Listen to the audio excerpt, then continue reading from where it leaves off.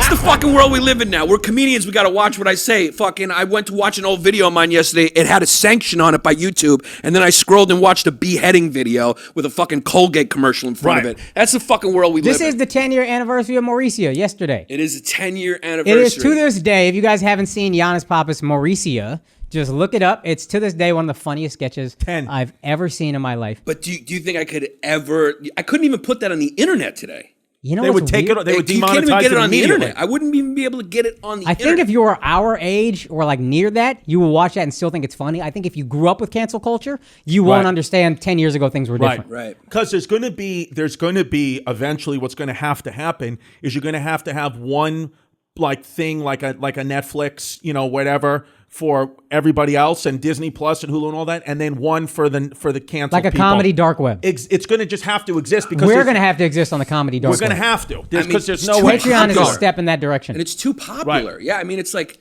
it's just too popular. Even I'm not going to get political, but let's just say you look at it by the voting. The voting. 70 million people voted Trump the other way. Yeah, and I bet you a lot of them don't. You even mean the like right Trump. way? Yeah, to the right. Right wing is what he means. That's right what wing. I mean. The right wing way. Yeah. So it's like somebody has to serve. How do you those point people. to the right? You go like that. Nobody's serving those. Yeah. That's what it is. I mean, when Roseanne came on, it was like great show. It was doing like pre-cable,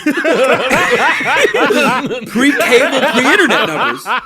Yeah, it was great, and it was a very funny show. She's very funny, but it was serving those people. And that's why I got 12 million viewers. The numbers were bananas. They were bananas. Like 12, 15, 20 million people watching. It's like pre-cable numbers. So whether you like it or not, this country, money talks. At some point, somebody's going to serve those people besides Andrew Schulz and us. Yeah. That's what it is. Yeah. I mean, they don't need to. We're doing all right without them. Getting into our market, we're cornering this pretty well. Oh, no, dude, I'm telling you, I wouldn't want to have it any other way. Like, I mean, the success you guys have on Patreon and doing your own thing, it's like, what better way to have it where it's like, you're only known to your fans. You guys are making money hand over fist. You can say and do whatever you want. I mean, what would you give that up for? For a sitcom on NBC? No way. First of all, and I also you lose money. And it's this fucking thing is like, if you have a podcast, all of a sudden you're Republican or like you're fucking alt-right because you make your own fucking money. What is a fucking Republican comedian? That's why I don't vote. It's like, why am I a Republican comedian? You know, why am I mean, when did this become like there's these fucking I'm a left-wing comedian? Then you're not a fucking comedian. If you're a left-wing comedian, you're not a fucking comedian. Put on a fucking suit, hand out some pamphlets, and fucking run for office, if you bitch. are always on the morally correct side, you're not a comedian. You're not a fucking comedian. You're an activist. What class clown do you remember who said the right things in class to make you laugh? The reason we watched Hannah Gadsby. I'm gonna be honest. The new one wasn't bad, but the old one I couldn't get through. It was just not. I just did a corny joke. I've never seen anything she did, but I would love to watch her, and she seems like a nice guy.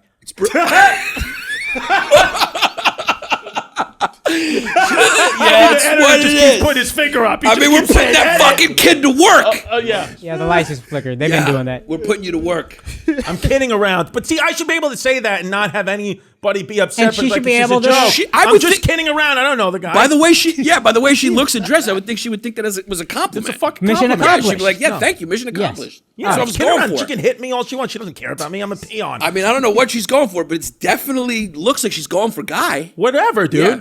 You know what I've noticed is liberal people will love anything offensive or like uncomfortable if it's like they know it's scripted, like The Office. Sure. Liberals love The Office. It's wildly offensive, but because it's fake, it's scripted, they're okay with it. The second it's a stand-up, it becomes real to them. Yeah. That's why I think they can't handle stand-ups.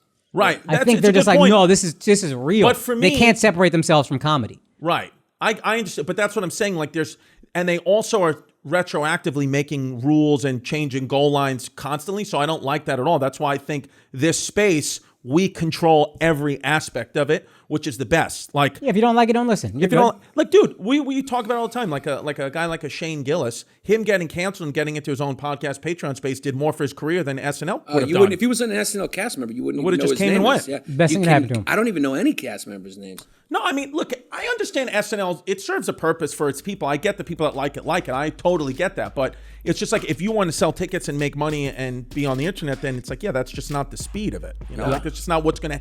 You're not going to sell tickets off that show anymore. It's just not going to happen.